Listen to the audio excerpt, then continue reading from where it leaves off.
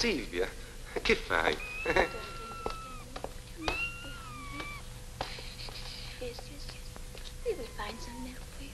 Marcello, we must find some milk. No, tesoro, ma dove lo trovo il latte a quest'ora? I saw Bob. Over there. Silvia, dai, dove vai con quel gatto? Roma è piena di gatti, se ci mettiamo a cercare... Vieni qua, fermati. No, not here. Andiamo.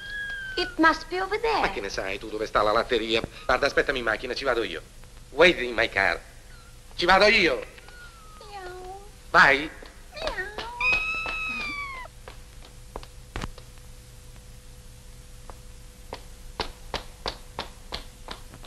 Scusi, sa dov'è una latteria? Una latteria... Va bene, grazie.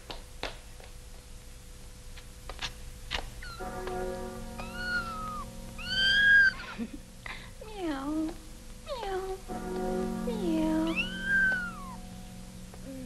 Why do you cry so much?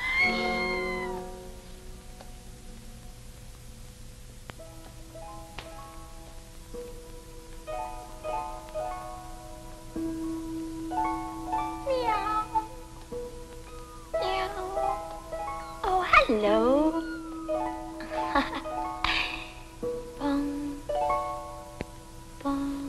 Marcello, where are you?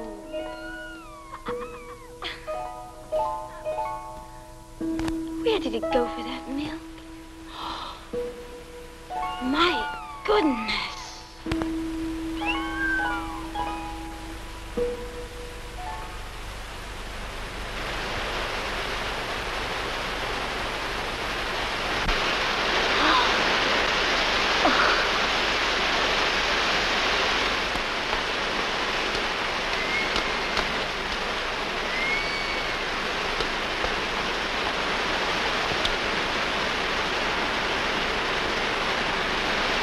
Marcello, come here. Hurry up.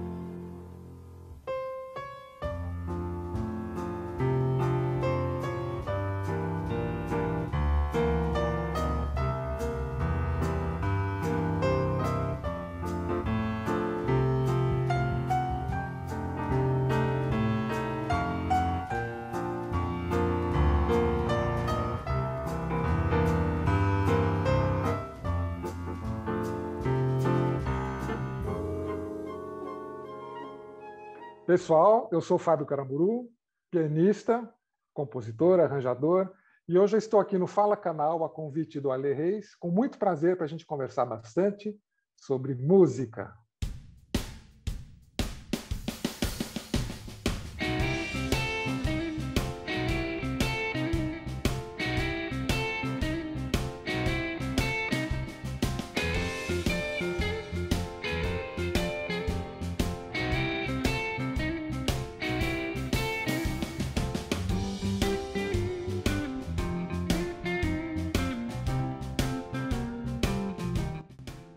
Olá, eu sou Ale Reis e este é o Fala Canal.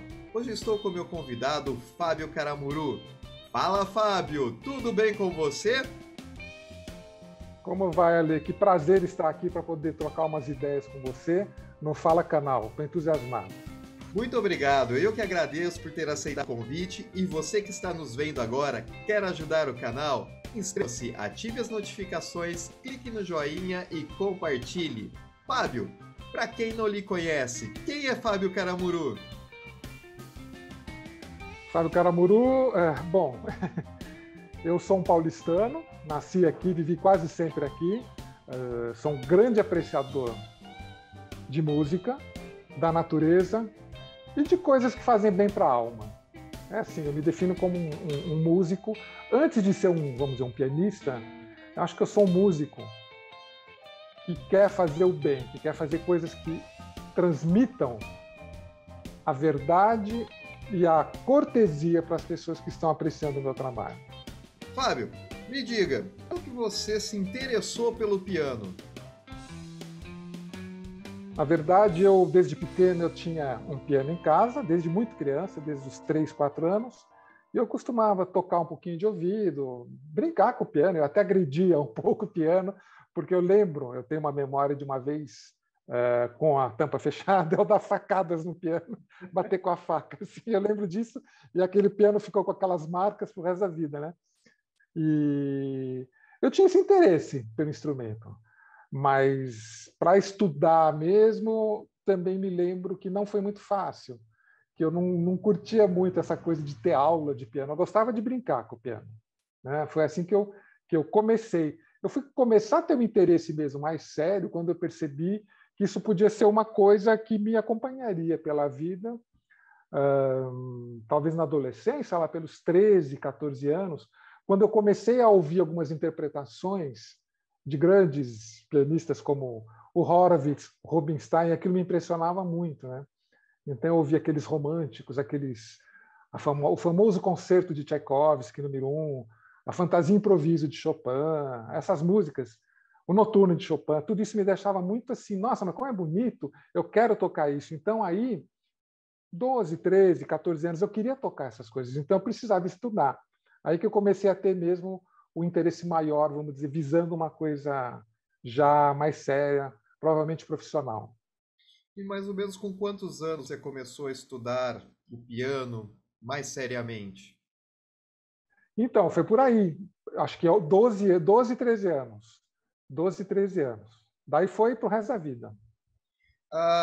Eu sei que o piano ele tem três escolas. É a escola francesa, a escola russa e a de Viena, é isso, não é?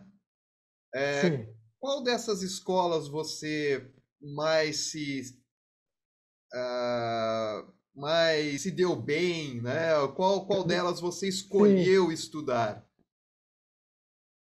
Olha, minha primeira professora marcante era russa. Ela era ucraniana.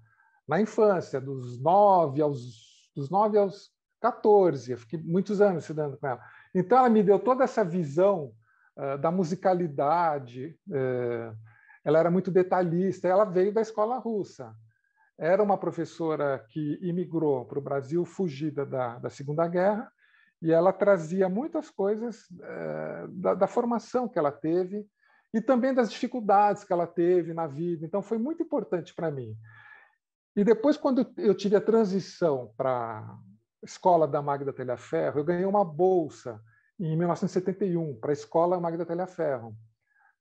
Eu fui submetido a um teste e a Magda gostou muito de mim e achou que eu precisava me desenvolver do ponto de vista técnico. Então, eu mudei para a escola da Magda Telhaferro nessa época. Então, eu sofri toda essa influência da escola francesa, que, na verdade, tem muito a ver com a escola russa. São escolas muito similares.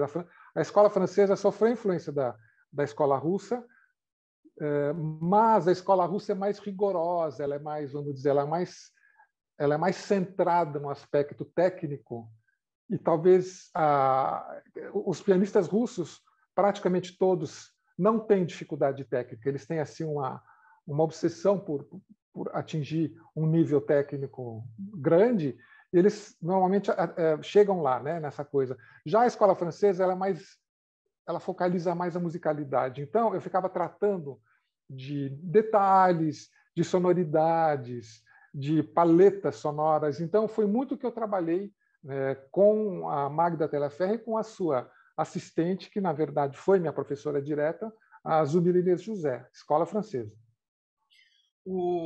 Foi bom você ter citado a Magda, porque ela tinha dupla cidadania brasileira e francesa, uma grande pianista. Como foi estudar com a Magda? O que você consegue lembrar dela? que você gostaria de contar Olha, um pouquinho, né, sobre a história da Magda?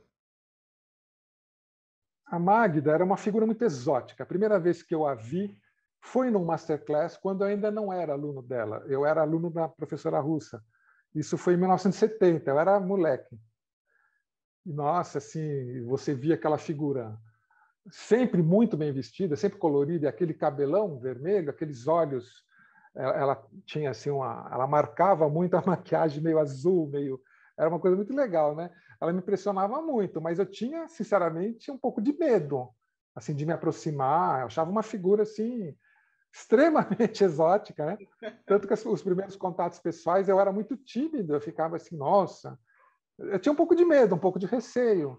E ela era muito incisiva, né, nos comentários. Ela sempre nas aulas públicas, na verdade, que ela fazia, muitas que eu fiz no MASP na década de 70, ela montava, na verdade, um palco como se fosse um teatro. Então ela ouvia os alunos. Então tinha os alunos que iam tocar no dia, então fazia uma roda em volta do piano, e outros que ficavam assistindo, que não tocar naquele dia, mas ela punha todo mundo no palco. Ela montava uma mesa, ela punha um despertador para marcar o horário, ela chegava com as luvinhas dela, então ela tinha todo um mise-en-scène quando ela chegava, ela tirava as luvas, sentava, enchia, o mar ficava cheio, cheio. Imagina, tipo 300, 400 pessoas. E e quando ela ia se dirigir ao aluno, ela tinha uma projeção de voz muito boa, teatral mesmo, parecia que estava numa peça de teatro. Então ela chegava, meu filho, muito bem, não sei o quê. Primeiro ela sempre elogiava, e depois vinha, né? Mas, né? E daí era legal, porque ela pegava a música que você tocava, ela sentava ao piano e ela demonstrava os trechos. Aqui você devia fazer mais assim. Por que você não tenta fazer assim aqui? Chegue mais profundamente. E sempre eram comentários, o interessante, os comentários eles versavam sobre profundidade. Era sempre uma coisa assim, coloque sua alma nisso, coloque-se inteiro, né? Ela não suportava interpretações mecânicas. Às vezes chegavam candidatos, não eram candidatos, alunos, pianistas, eram todos colegas, que tocavam de uma forma mecânica, ela ficava irritadíssima, muito técnica. Ela odiava coisas muito técnicas, muito, né? Ela falava, onde que está a alma disso, né? E uma vez, mais de uma vez, ela chegou para, principalmente mulheres, meninas, adolescentes, 15, 16, 17, a menina acabava de tocar, ela punha a mão assim, filhinha, você já amou? Sabe? Dizendo assim, porque se você não amou, você não vai conseguir tocar isso. Uma coisa romântica, né? Um Brahms, que exige uma maturidade, ela era muito gozada. Outra vez, ela chegou para outra que tocou de uma forma assim displicente, filhinha, tocar piano não é igual pegar uma sacolinha e ir na feira. É bem diferente. Era muito gozado os comentários, né? Ela era ácida, sabe? Uhum. Isso tudo era muito teatral. Ela se voltava para o público, né? Ela falava com aquela projeção de voz, porque ela queria ser cantora. Ela tentou ser cantora também, antes de ser pianista. Mas daí ela se decidiu pelo piano. Olha, o convívio foi muito bom. E depois eu fui para a França, né? Ela me ofereceu uma bolsa. Em 80, ao mesmo tempo em que eu acabava a faculdade de arquitetura no Mackenzie, eu ganhei uma bolsa do governo francês oferecida por ela. Passei 1 ano e meio lá em Paris.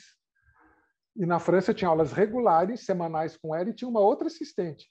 E lá ela sempre se preocupava comigo, filhinho, como você está? Você está se alimentando bem? Né? Ela se preocupava. Eu tinha 23 anos aí nessa época. Então é uma figura assim ótima.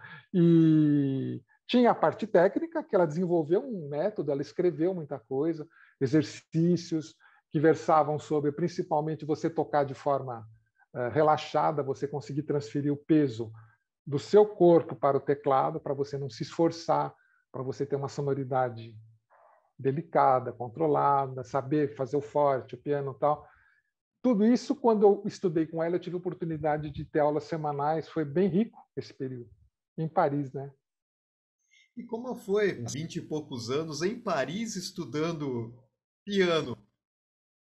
Nossa, eu não acreditava, porque para mim era um sonho realizado, né? Assim, era uma coisa fenomenal, assim, você, além de estudar com ela, você está naquele ambiente que propiciava tudo. Eu assisti muita coisa, com muita gente. Eu assisti Marta Argerich, eu assisti o Wilhelm Kempff, eu assisti Maurício Pollini, a orquestra da rádio francesa, que tinha uma programação muito legal lá na própria rádio, eles têm um auditório legal. Eu vi celebridades, né? E, ao mesmo tempo, eu morava num foyer musical que era um pouquinho retirado de Paris, em Nanterre, mas era super perto. E nesse foyer eram só músicos. Então, tinha assim, 50 músicos morando no prédio, e os prédios tinham o prédio tinha escadas externas, caracol. Então, todos os apartamentos eram voltados para fora, assim, e para dentro, e tinha uma intercomunicação. Então, ficava aquele barulho de gente estudando, os estudantes todos. Era uma coisa muito estimulante, foi muito legal, muito legal. Se combinasse, dava para ter um concerto, cada um no seu apartamento, né? Dava. E tinha gente. Eu lembro a minha vizinha, porque é inverno lá, o dia começa tarde, né? A luz do dia. Estava escuro, assim, eu dormindo, eu não acreditava. A vizinha já estava lá no piano. Parecia que era madrugada, mas já era, vamos dizer, 7 da manhã, né? E eu ouvia a menina tocando, eu ficava irritado, mas foi muito legal, muito bom. E quando você retornou de Paris, foi quando você já foi convidado a ser solista na OSESP? Não, a USESP foi antes. Foi Eu fiz um antes? concurso. Uhum. Eu fui para Paris em 80, 81, e esse concurso foi em 77. E eu fiz um concerto de Stravinsky para piano e instrumentos de sopro, que foi fantástico. Primeira audição nacional. Eu ganhei como prêmio esse concerto lá no Teatro São Pedro, aqui em São Paulo. Nossa, foi demais. Eu, com 20 anos, solista da USESP, com um concerto inédito. E eu sempre gostei muito de música contemporânea.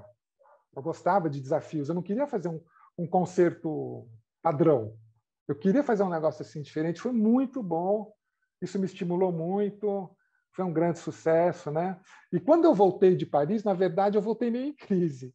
Não foi muito bom, porque eu tive um problema assim com identificação com a carreira.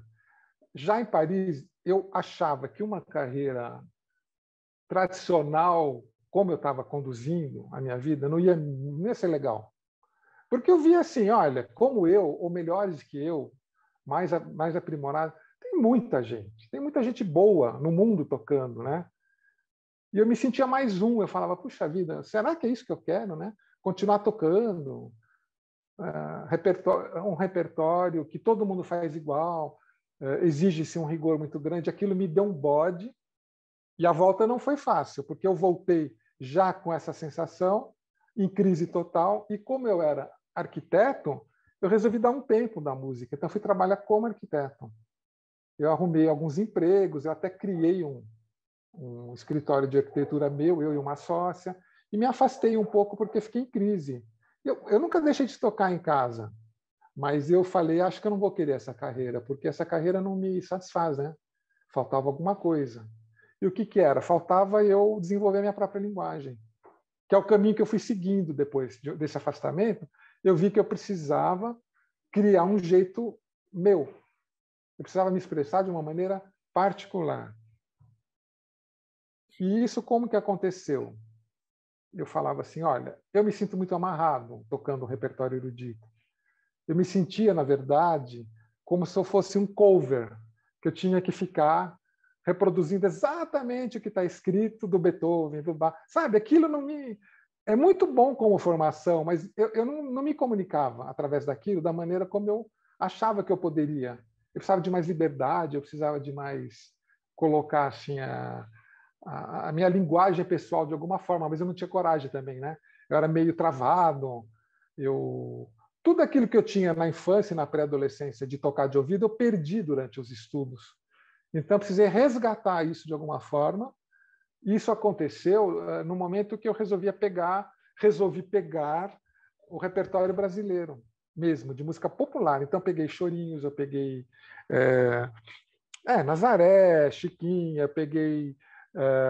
tinha álbuns de chorinhos, tinha álbuns de música popular, songbook do Chico, songbook Valdir Azevedo. Eu fui pegando isso, fui brincando com isso, fui me soltando aos poucos, né?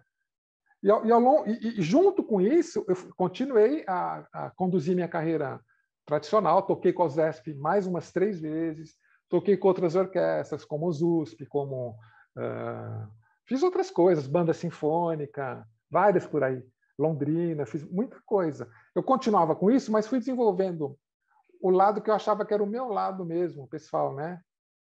Na música brasileira, até que chegou no Jobim. Daí, quando chegou no Jobim, falei, pronto, é isso, é por aí.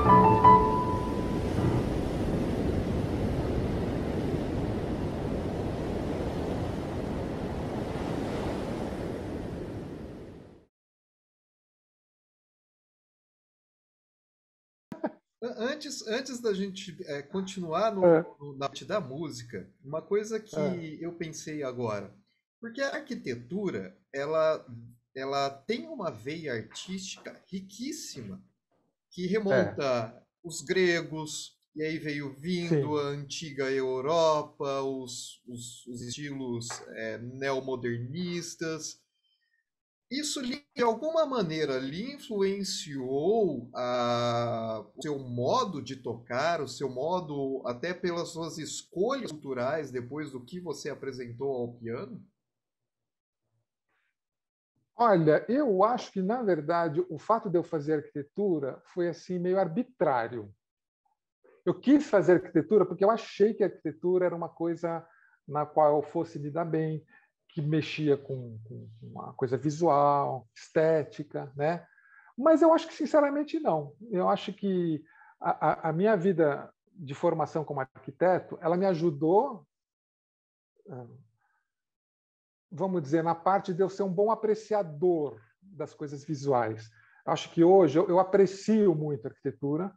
Eu não me considero arquiteto porque eu não exerço mais. Eu exerci, mas eu aprecio muito. Eu, quando, por exemplo, eu viajo, Eu, eu sou muito observador, vamos dizer, das áreas externas das cidades, da urbanização. Eu admiro muito ver como que é a urbanização, como é que eles trabalham as praças, os parques, principalmente essa parte externa. Eu curto muito da arquitetura. É urbanismo, paisagismo, né? E eu acho que isso daí tem a ver com o desenvolvimento de um bom senso, de um bom gosto. Mas eu acho que eu não consigo ver uma ligação, não, entre a minha música e a arquitetura. Acho que não. Bom, então vamos voltar então na parte então musical, quando você encontrou Tom Jobim na sua vida. Então, aquilo parece que abriu um sol assim na minha vida, sabe? Porque eu já conhecia a música do Jobim também por contatos desde a infância, porque o meu pai era pianista de ouvido, excelente, tocava de tudo, e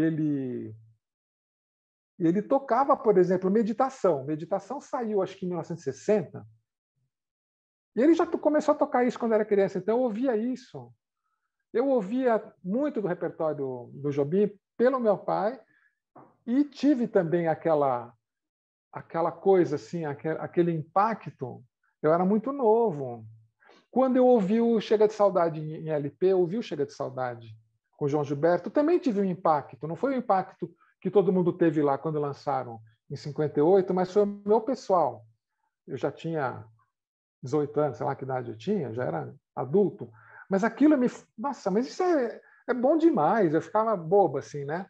E tive a oportunidade de assistir o Jobim também no Canecão, no Rio de Janeiro, em 78. Foi muito legal. Ele, o Vinícius e a Milcha, e o Toquinho.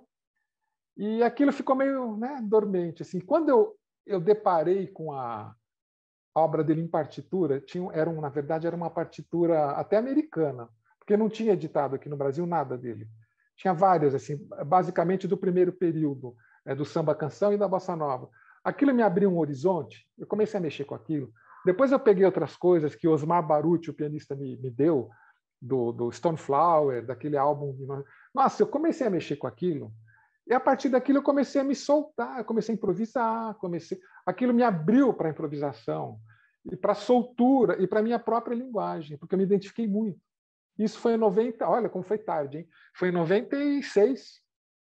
Primeira vez que eu toquei na vida improvisado foi em 96, eu já tinha quase 40 anos.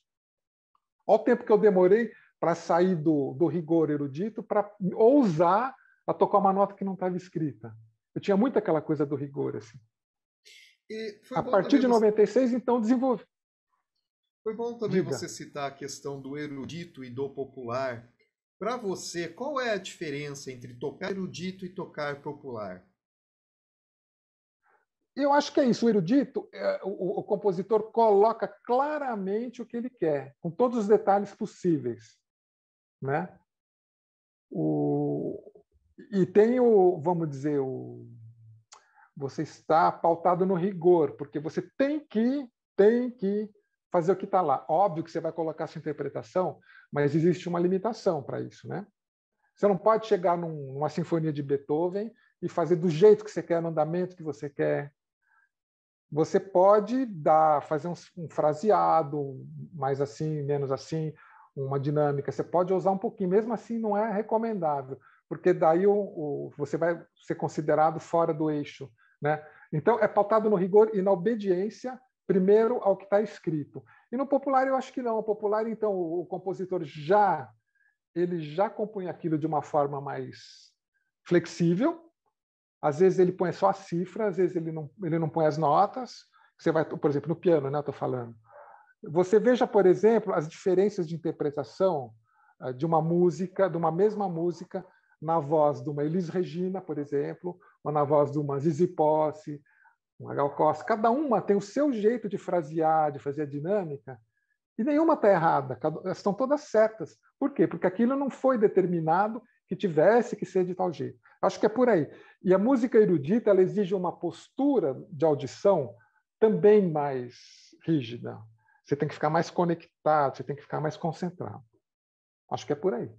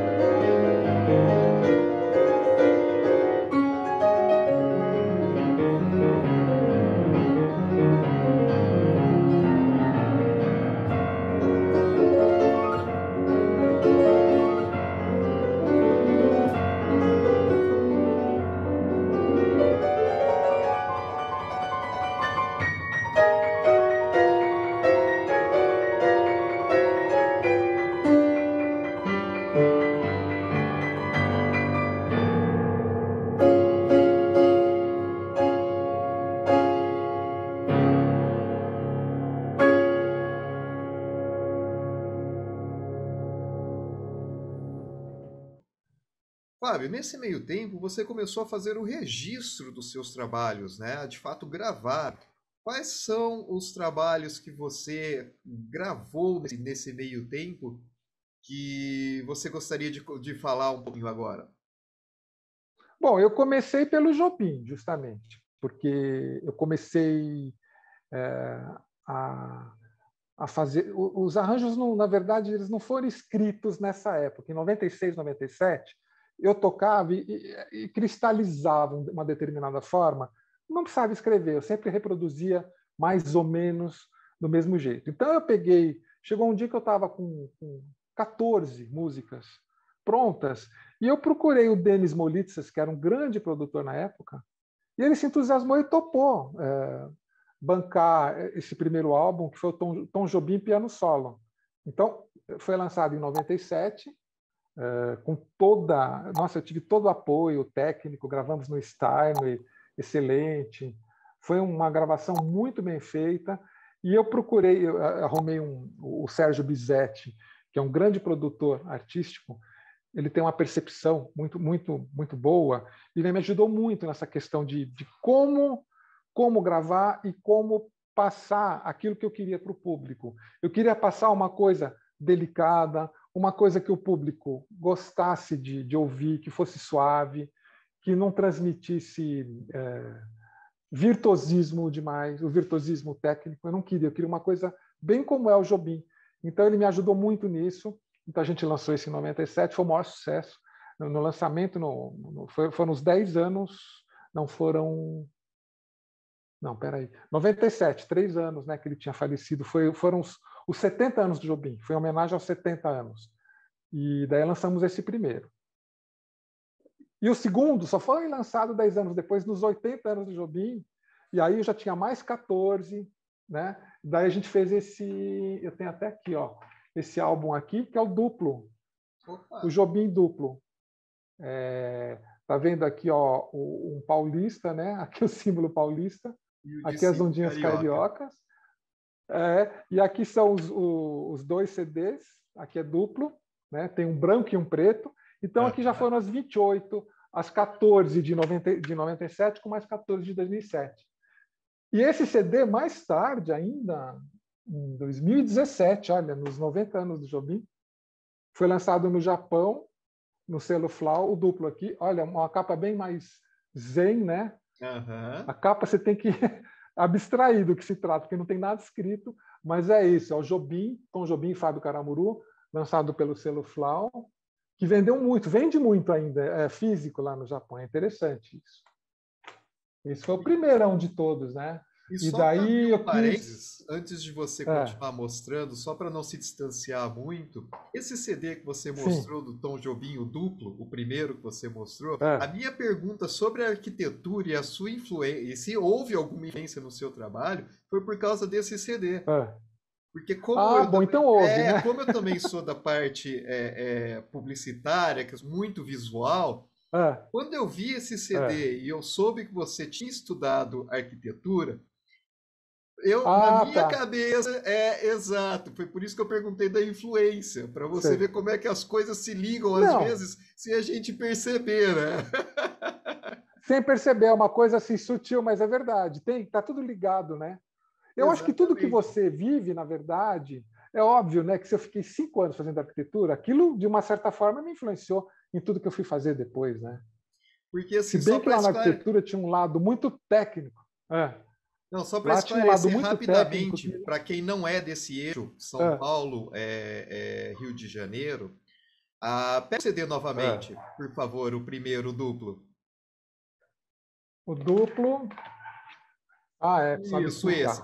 Para quem não é desse eixo São Paulo, Rio de Janeiro, o lado direito de baixo é um ícone muito característico, inclusive, das calçadas de São Paulo. Quem anda aqui no centro antigo vai ver muito isso nas calçadas. E quem anda na orla do Rio de Janeiro vê o calçamento igual tá o ícone da parte superior esquerda. Então, só para o pessoal que não é desse eixo que nós estamos acostumados a entender bem verdade, o que nós estamos conversando. Que é óbvio para a gente, mas pode não ser para os outros. Exato. E, bom, e aí, a partir desse segundo CD que você mostrou, para onde nós fomos? Bom, daí, ao longo disso, como eu sou também, eu não só me produzo, eu me produzo, a Eco me produz, eu produzo outros projetos. Nesses anos todos, eu fui produzindo muitos projetos dedicados a Jobim, muitos. Festivais, Festival dos 80 anos, Festival dos 90 anos, Instrumental Jobim, tudo aqui em São Paulo, Rio, foi muito legal. Então é legal, porque eu desenvolvo essas duas partes, a parte de agitar o processo. Eu acho muito importante a gente marcar a memória dele, porque as pessoas já não estão... Você vê novas gerações que não sabem nem quem é Tom Jobim, né? Então, volta e meia, a Eco faz projetos dedicados a Jobim, e muito recentemente eu conduzi uma temporada, 2 temporadas na Rádio Cultura FM, dedicadas ao Tom Jobim, eu e o radialista Babu Bahia. Então, foram 2 temporadas, durou 6 meses, acabou de finalizar, né? E foi muito legal, porque aí eu pude também sistematizar tudo aquilo que eu sei, e ainda aprendi muito durante a temporada, porque eu tinha que pesquisar, cada programa era temático, cada programa era um aspecto, né? Então a gente fez assim, a Bossa Nova, o Rio de Janeiro, Elisete Cardoso, cada um negócio, a mulher em Jobim, a natureza, eu tive que pesquisar muito, então é uma coisa infinita, o que você cresce realizando um projeto dessa natureza é impressionante, porque eu achei que já sabia muito de Jobim e não sabia. Fui aprendendo muito ainda e acho que vou aprender muito mais, né? Muito legal. Então, eu vivo fazendo coisas a respeito de Jobim. Mas também eu fiquei com uma... Olha que louco, né? Eu fiquei com uma coceirinha de voltar a fazer alguma coisa erudita. Então, eu fiz 99, aquele lá, o primeiro Jobim foi em 97, em 99 eu fiz esse aqui, ó. Não sei se dá para ver bem, mas ele é um CD dedicado a dois compositores paulistas. Ele chama Especiarias do Piano Paulista. A primeira parte dele é completamente chorinho, Tina Machado Sandoval, que eu a conheci muito bem, sou amigo da família dela, ela era uma gracinha, e ela me deu várias partituras manuscritas e eu gravei aqui nesse CD. Bem legal. E na segunda parte, um contraste absurdo, eu fui para a obra de Camargo Guarnieri. Então, os dois nasceram no mesmo ano, mas tiveram uma produção bastante diferente. E esse Guarnieri aqui foi vamos dizer, uma forma de eu reatar com o erudito, que eu estava meio afastado. Eu estava assim meio, né? Eu te falei que eu estava de bode e tal, mas aqui eu reatei com o erudito, fui rever o que eu já tinha estudado. E a obra do Guarnieri é muito complexa, muito, muito, muito. Me deu um trabalho louco, assim. Eu gravei sonatina, gravei estudo, gravei choros, vários ponteios. Então, esse CD de 99 foi o meu segundo, na verdade. Continuo? Vamos só falar um pouquinho do Guarnieri, porque assim, é uma figura riquíssima, porém pouco citada. Dos seus estudos do Guarnieri, o que você pode pontuar de importante? Bom, o Guarnieri eu conheci pessoalmente, eu tive umas aulas com ele para mostrar algumas coisas que eu tocava. Ele era bem assim, tranquilão, ele não era muito, vamos dizer, rigoroso com as observações. Mas só o fato de conviver foi muito legal, um pouquinho, né? No final dos anos 70. A obra dele é muito complexa e vamos dizer que no repertório brasileiro erudito, é a que mais aprimora o contraponto. Então, isso, para mim, foi fundamental, fundamental. Assim, você tocar a música brasileira tendo em vista a riqueza do contraponto, da combinação das vozes, da combinação da valorização do baixo, por exemplo, porque ele tem... Raramente ele escreve alguma coisa sem contraponto. E isso me desenvolveu muito. Eu fiz um projeto com ele, eu fiz dois concursos que foram destinados à obra dele, em 77, quando comemoraram os 70 anos dele. E num deles eu tirei primeiro lugar, no de Ribeirão Preto, interpretando a obra. E eu acho assim, o que eu aprendi com ele foi isso, o domínio do contraponto. E isso acabou me influenciando no meu autoral. É legal isso. Porque tem uma coisa paulista também, ele bem subliminar, que eu peguei dele. Eu sou paulista e acho que eu peguei dele. Essa utilização do contraponto, essa utilização de quartas, essa coisa, às vezes, do baixo mesmo, com o baixo conduzindo muito as coisas. Me ajudou muito, eu me sinto muito influenciado por ele. Muito, bastante. Inclusive nos arranjos que eu fiz para o Jobim. É interessante.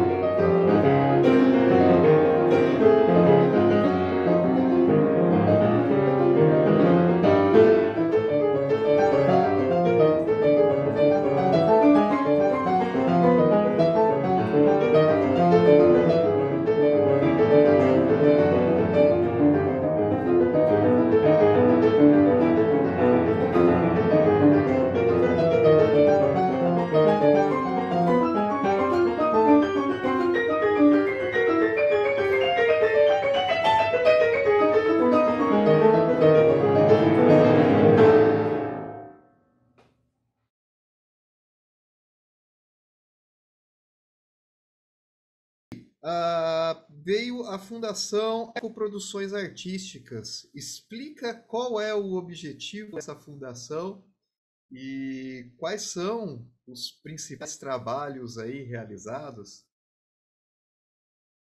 Na verdade, são duas instituições diferentes, né? A primeira é a Fundação Magda Telhaferro, com a qual eu colaborei muito, de 90 até ela fechar. E a outra é Ecopromoções, que é a minha empresa privada. Eu fui convidado pela diretora da Fundação Telhaferro a desenvolver diversos trabalhos em 90 para a memória da Magda Telhaferro. Então, fizemos muitas coisas durante 3 décadas, aí 90, década de 2000, década de 2010, muitas coisas, né? Muitas séries musicais com grandes nomes, e esses nomes também ministravam aulas depois dos concertos ou paralelamente, publicações de palestras dela, publicações de gravações, de livros. Que mais que a gente fez? Bolsas de estudos para grandes talentos, que hoje são profissionais excepcionais, aí esses profissionais que estão na faixa dos 30 anos, começaram com a gente lá na década de 90, eles eram crianças, e hoje estão aí brilhando na Europa, nos Estados Unidos, no Japão. Então, eu tive muito tempo de trabalho, de dedicação à fundação, e eu digo que só isso já me deixa bastante satisfeito, que seria, assim, vamos dizer, a retribuição que eu dou ao governo francês por ter me levado para estudar com a Magda Telhaferro, né?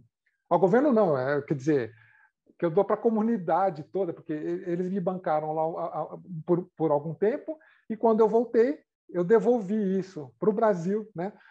A memória da Magda Telhaferro, a técnica da Magda Telhaferro, eu consegui reunir grandes nomes do piano. Então, foi um trabalho muito legal, que acabou finalizando a questão de uns 3 anos, quando todo o acervo da Fundação foi transferido para o Cultura Artística. Hoje está com Cultura Artística. E eles continuam o trabalho de bolsas lá, com o nome Magda Telhaferro. E isso tudo eu fiz com a minha empresa, a Ecopromoções. Então, a Ecopromoções é uma empresa que primeiro produz o meu trabalho e depois produz outras coisas, como os projetos feitos pela Fundação, como esses festivais, essas séries que a gente organiza, outras gravações, etc. Então, são duas linhas de atuação. E hoje a Fundação não existe mais, né? Uhum. Deixa eu te perguntar sobre um projeto pontual, um trabalho pontual. Em 2006, você participou do Divas, correto? Sim, sim. Como foi participar? O Divas foi um projeto que a gente criou. A gente criou esse projeto pela Eco, reunindo... a ideia era reunir divas, cantoras de áreas diferentes. Era sempre pôr no mesmo palco, uma erudita e uma popular. Então, para ver o que acontecia. Então, foi muito legal. E foi aí que eu conheci o Marco, o Bernardo, na verdade. Porque o Marco foi um pianista indicado pela Regina Mesquita. E aí que eu travei... Eu já conheci o Marco, mas aí que eu travei um contato mais próximo com ele. E foi um projeto legal porque você punha Maria Alcina com, sei lá, Vânia Bastos. Não, aí são as duas populares. Você punha... vamos lembrar um caso. Adélia Issa com Tetê Espíndola. Uma eruditona com uma popular, e viu que dava essa liga, e tinha combinações bastante interessantes. Dava uma coisa legal. Teve a Inesita Barroso com a Nisa de Castro Tanque, que era erudita, as duas cantoras com bastante idade, né? A Nisa, graças a Deus, ainda está aí entre a gente. Então, as duas fizeram uma coisa muito legal de combinar o repertório.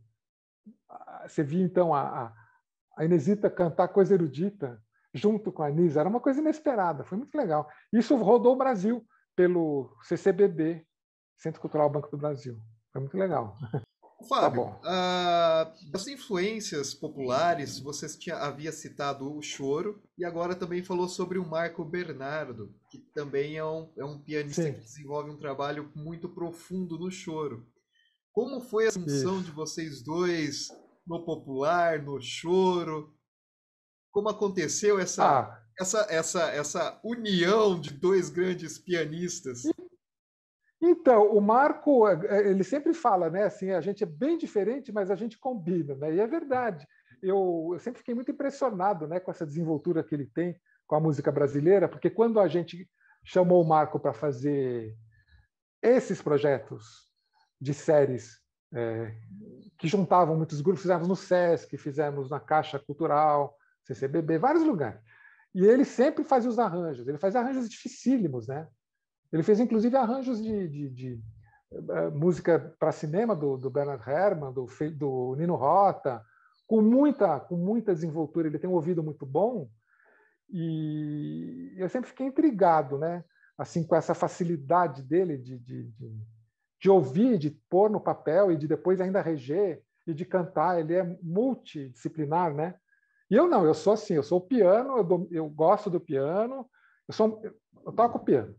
Eu não faço mais nada além disso na música. Obviamente que eu tenho, vamos dizer, uma coisa minha, mas eu não sou multidisciplinar, como o Marco, que faz de tudo. E um dia o Marco teve a ideia de fazer depois que a gente já se conhecia bem, isso já faz uns 10 anos, de fazer o duo, né? Vamos tocar repertório popular para 2 pianos. Aí foi uma maravilha, né? Ele começou a escrever várias coisas de vários compositores aí, Radamés Inhatali, Tom Jobim, César Mariano, e ele tem, em tudo que ele faz, ele tem a levada do choro, né? Ele tem isso muito, muito presente no que ele escreve como arranjador. E foi uma felicidade muito grande esse duo, porque a gente tem hoje acho que uns 20 arranjos, e a gente, em tempos normais, estava tocando muito isso pelo Brasil. Aqui em São Paulo, na Sala São Paulo, acho que umas 7 vezes já tocamos, muitas vezes, sempre com casa lotada, o público ficando. Então, o Marco me aproximou muito assim, desse público que gosta da coisa popular mesmo. E ele é muito exuberante, muito comunicativo. Então, é uma parceria muito boa, que soma muito a mim, que eu sou mais assim, discreto, mais quieto, né? E ele fala que se a gente fosse se comparar com as irmãs Labec, eu seria aquela mais quietinha e ele seria aquela que levanta do piano, né? É bem isso, mas combina bem, acho legal.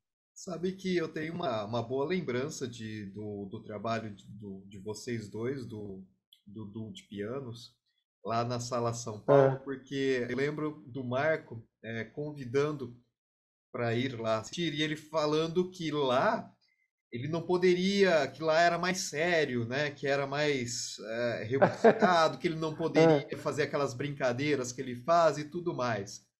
Aí eu fui, né, com todo prazer, sentei para assistir. Primeira música no rigor, a segunda música no rigor, na terceira música ele já estava batendo papo com o pessoal da primeira fila na Sala São Paulo. É verdade. O Marco, ele é muito espontâneo. O Marco é isso mesmo. É uma das características que eu gosto demais do Marco Bernardo. E desse trabalho... É legal. Do projeto 2 Pianos que você fez com o Marco, o que mais você guardou, o que mais chamou a atenção?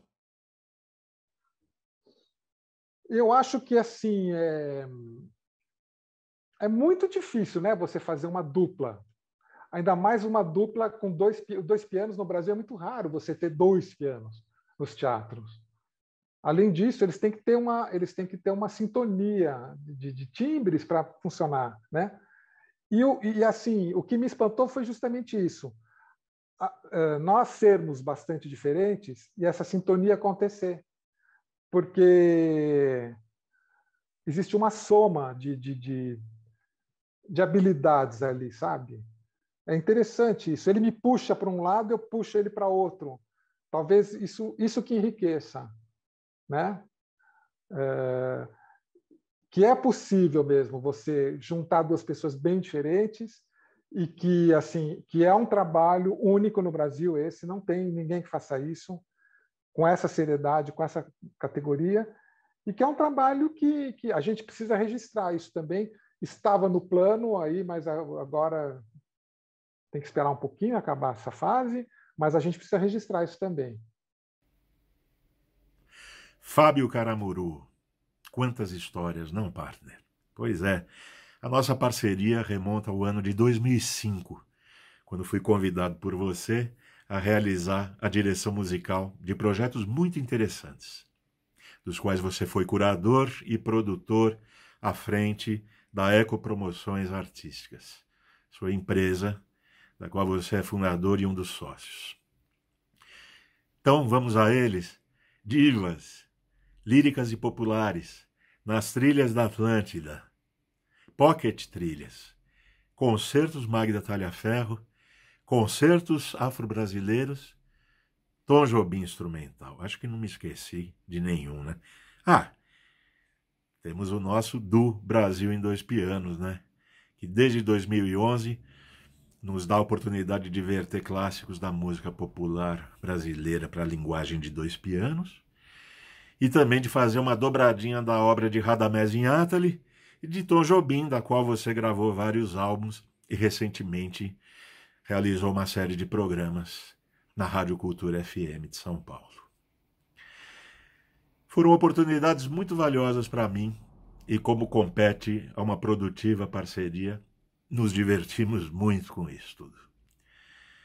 Fábio, você é um camarada multifacetado, artisticamente, e generoso, que sempre pensa em agregar os artistas às grandes iniciativas que empreende.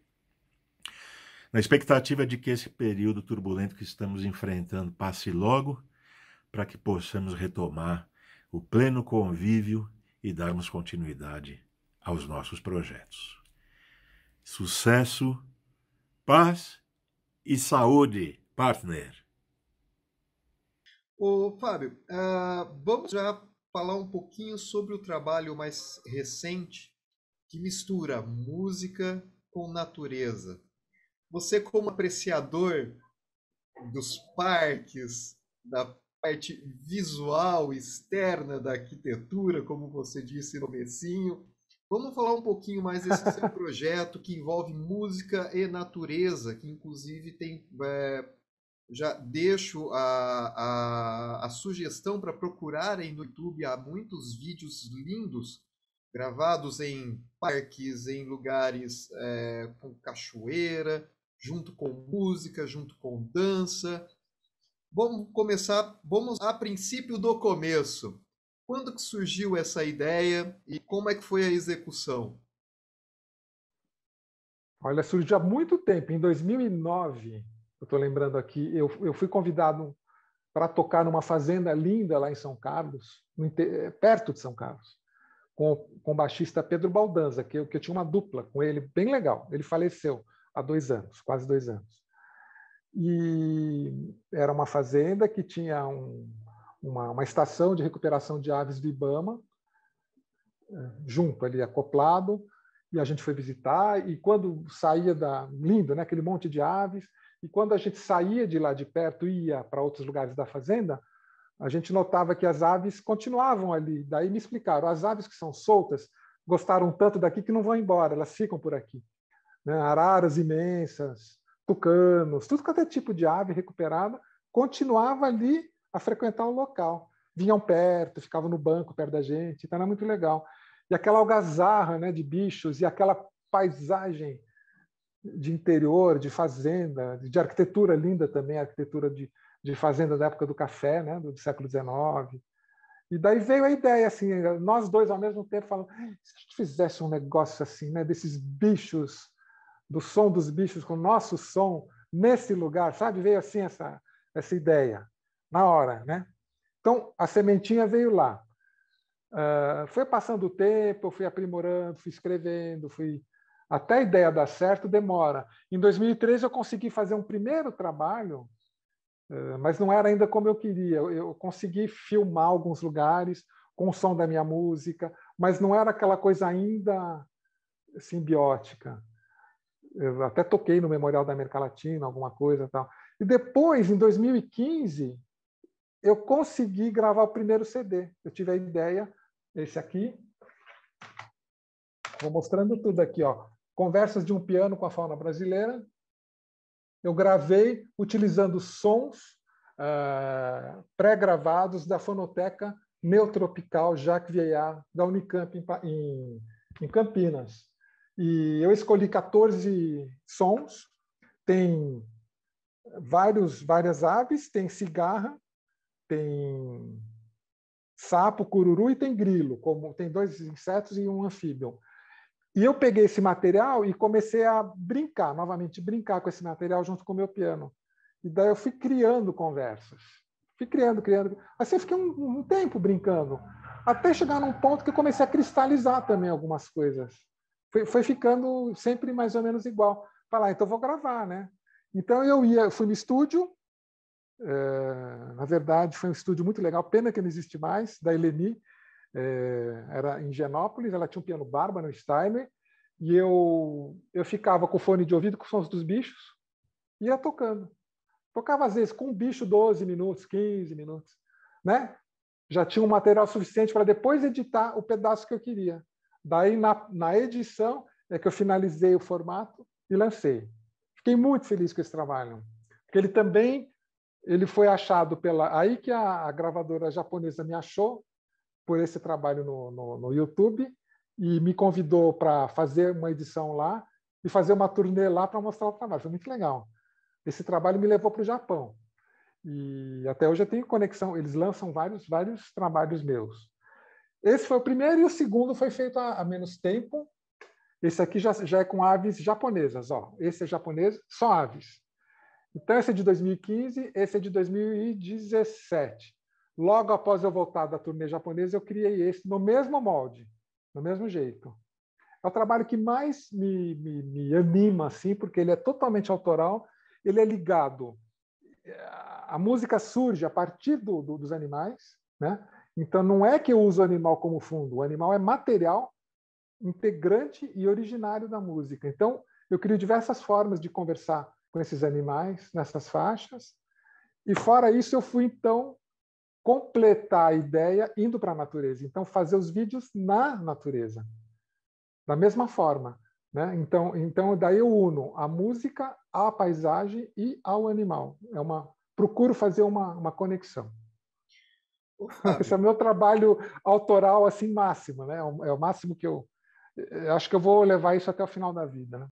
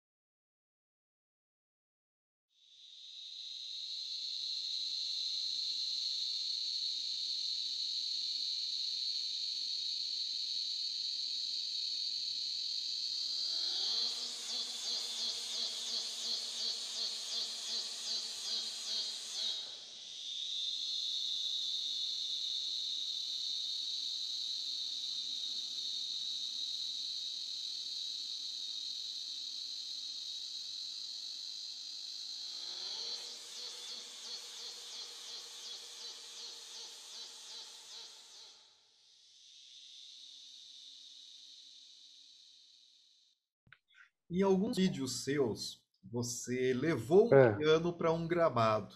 Eu até entendo isso. é. Mas como foi fazer um vídeo, levar o piano com o fundo de uma cachoeira e ainda com um dançarino perto de você? Conta um pouco como é que foi fazer esse vídeo e fala um pouco do seu parceiro nesse vídeo. Então, esse daí é o vídeo Arpia, é com música Arpia, que já foi feito, já foi um dos quase dos últimos aí que eu fiz, né? Eu já tinha aprimorado toda a logística, o jeito de fazer, né? É, eu estava acostumado a fazer, eu comecei a fazer os primeiros sozinho, depois eu fiz um no Rio de Janeiro com um coro, fiz em Campos do Jordão com outro coro, e daí essa ideia do Ismael Ivo, grande dançarino que deixou a gente aí há pouquíssimo tempo, foi assim, foi uma coisa meio ousada. Eu mal conheci o Ismael, mas eu admirava muito o trabalho dele e tem um amigo comum, né, o Luiz Paulo, que nos apresentou. E eu joguei verde assim para colher maduro, né? Ismael, você não quer fazer um trabalho comigo na natureza? Assim, achando que o cara não ia. Sabe que ele topou? A gente teve uma reunião, ele topou na hora. Quando ele viu o que eu tinha feito, ele topou, né? E nossa, que loucura, né? E daí eu tinha o meu roteiro musical e tinha com o cineasta o roteiro imagético lá, né? Nas Cataratas, onde ir e tal.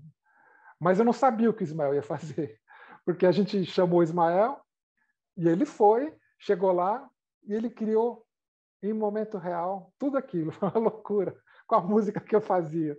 É inacreditável a capacidade dele, né, de criar toda aquela coreografia em momento real. Eu Conexão não total, foi sabia. muito bom. Esse detalhe foi de, assim, não sei nem se a gente pode falar para uma pessoa dessa que foi improviso, porque a cabeça dessas Não, pessoas porque ele já são tem bem tudo. diferente. Oi? Ele tem aquilo, ele tem uma vivência dentro dele que quando ele chega no ambiente, ele já sabe o que vai sair, né? Não tem nem Então, que planejar muito. por isso que eu falei, às vezes a gente não pode, às vezes a gente até arrisca falar que é de improviso, mas a cabeça dessas pessoas gira num eixo tão diferente que nem dá para falar que é Pois é. improviso, né? Mas esse detalhe de que ele criou aquela performance no momento, essa eu não sabia também. Foi impressionante. Foi em momento real e assim, sem drama, sem frescura, uma pessoa extremamente simples, topava tudo, risonho, carinhoso, uma pessoa bárbara. Eu fiquei muito, muito chocado, né, com o falecimento dele há pouco tempo, porque houve toda essa conexão, né, e que a gente cria, quando a gente cria conjuntamente na área das artes, nossa, existe ali uma cumplicidade única, né? E eu fiquei muito, muito triste mesmo, muito chateado com isso tudo.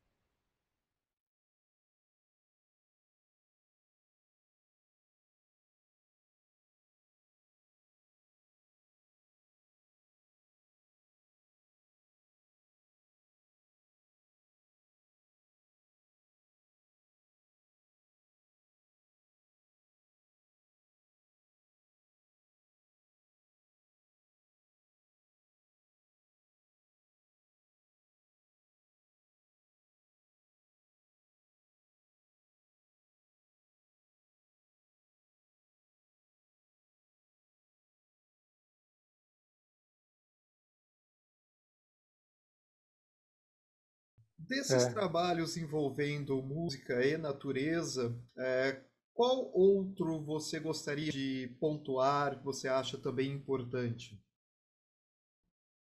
Olha, eu gosto muito desse feito no Rio de Janeiro, que teve uma logística de transporte de piano extremamente complexa, porque foi em cima do morro do Leme, e levamos um piano de cauda inteira para lá, no Forte, chama Forte Duque de Caxias, e a gente teve a cooperação do Exército, porque ela é uma área do Exército, e o Exército nos ajudou, o pessoal do Exército, a içar o piano lá para... Quer dizer, chegou de caminhão até o morro, mas depois ainda tinha o Forte. Teve que içar até o Forte, onde tem os canhões e tal, e teve essa logística bem complexa, e teve o adicional da interação com um coro, que foi criado especialmente para isso na comunidade do Caju, na dupla escola do Caju. Eram adolescentes, 16, 17, 18, que não eram profissionais e acabaram sendo dirigidos por uma regente, a Nina Cardoso, Bárbara. Ela criou uma linha para combinar com o que eu tinha feito já do Tico-Tico, que é o tema, treinou esses meninos. Então, gravaram, ficou lindo, um contraponto ao que eu tocava, e foram lá no dia gravar, fazer tudo. Nossa, mas saiu lindo também, as imagens do Rio lindas. É uma música que foge totalmente do clichê de Rio de Janeiro, não tem nada a ver com samba, nada a ver com nada muito movimentado, não é rítmica, ela é melódica, ela é tranquila. Então, ela dá um estranhamento, porque mostra um Rio de Janeiro plácido, assim, sabe? Eu gosto muito desse vídeo de 2017. Chama Tico Tico. Perfeito. Fábio, estamos caminhando já para a parte final da nossa conversa. Sim.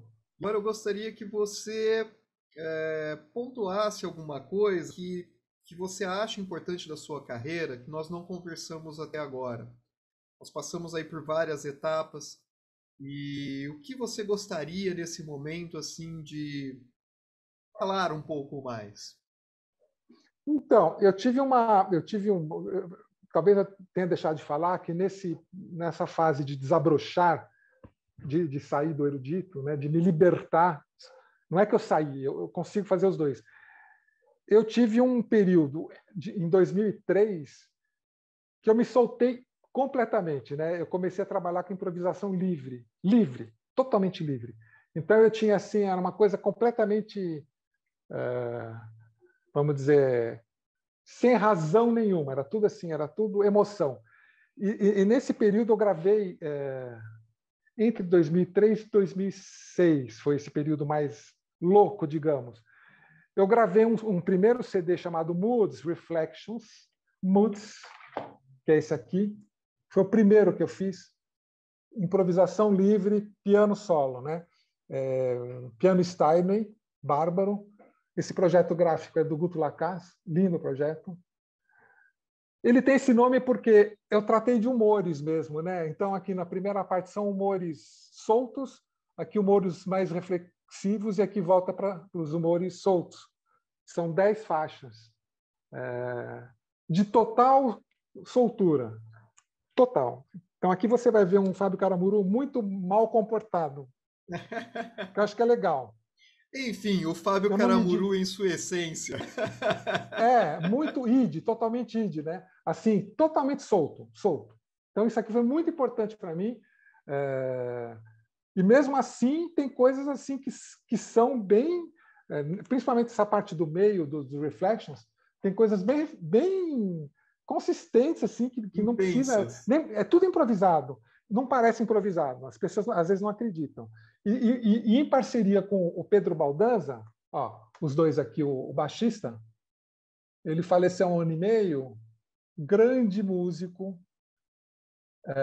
Ele foi o responsável também por me ajudar nesse processo de soltura, porque ele me criava um chão para eu me soltar cada vez mais com o baixo dele, sabe?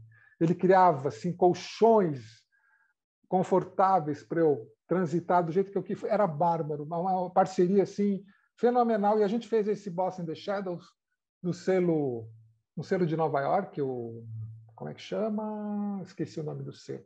Labor Records, 2006. São 18 improvisações livres sobre o Brasil, na verdade. Chama Bossa in the Shadows. É piano e baixo elétrico. Isso aqui foi outra conquista, me deu um upgrade impressionante.